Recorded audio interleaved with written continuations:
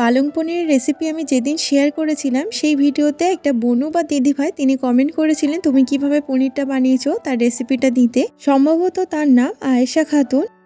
আর এখানে আমি গরুর দুধ ব্যবহার করছি পনিরটা বানাতে। দুধটাকে খুব ভালো করে গরম করে নিয়েছি। তাতে আমি ভিনিগার আর জল মিশানো মিশ্রণটা ব্যবহার করছি। এখানে আমি 1:1 অনুপাতে ভিনিগার আর জল নিয়েছি। 2 চামচ ভিনিগার তাই 2 চামচ জল।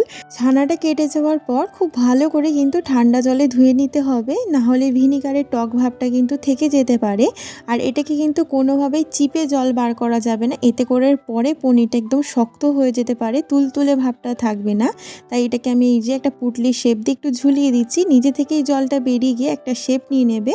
আর পনিরটা কিন্তু খেতেও খুব সুন্দর হবে। তারপর দেখো জলটা পুরো বেরিয়ে গেছে, দেখতে অনেকটা রসুনের মতন মনে হচ্ছে। কিছুক্ষণ আমি এটা ফ্রিজে রেখে দেবো, তাহলে পুরোপুরি একদম সেট হয়ে যাবে ব্যাপারটা। খুব সহজেই তৈরি হয়ে গেল পনির।